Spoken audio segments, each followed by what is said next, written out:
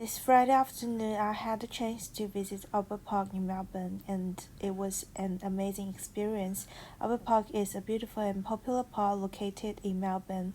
It is known as its huge and clear lake, walking paths surrounding the lake, and numerous recreational facilities. My first visit to the park was at the last F1 race, which served as the venue for the Melbourne race, and since then I go there every month to have a break. Many people are drawn to the park for its peaceful and natural vibe, which provides a respite from the stress and bustle of the city.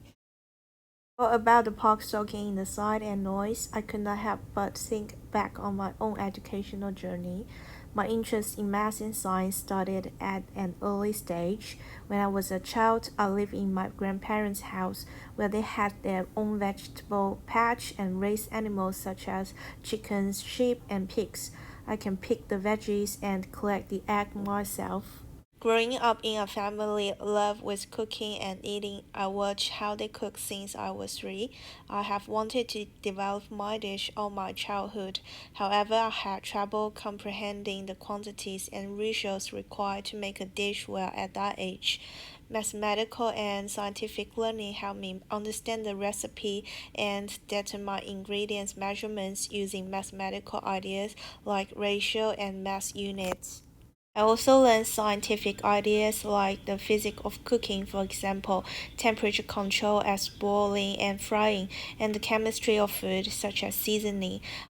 In fact, my experience may be related to Pavlov's pedagogy for ecology, which emphasizes the value of ecological literacy and the ways in which it may be attained through worthwhile educational endeavors.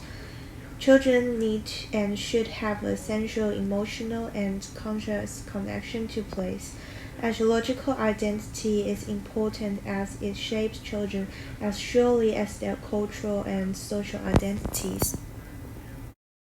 On the other hand, my visit to Albert Park was a testament to how mathematics and science enhance my appreciation of the natural world.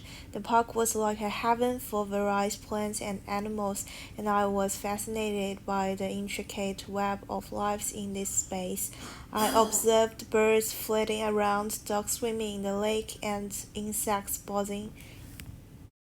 I observed how energy flows through ecosystems, how creatures interacted with each other, and how nature process shaped the environment. It took me back to my childhood experience, and I realized that I haven't had such deep connection with the environment for a long time. I totally agree with Paulo's view, which we live in a culture that denies the meaning of ecological identity.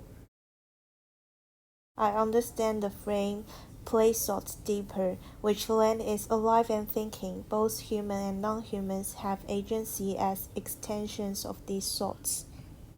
Those early childhood education should foreground Aboriginal perspectives and engage with place as a way to challenge dominate Western ways of knowing and being.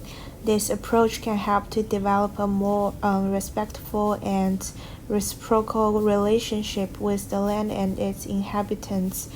Moreover, pedagogy should be grounded in an understanding of interconnectedness of all living things.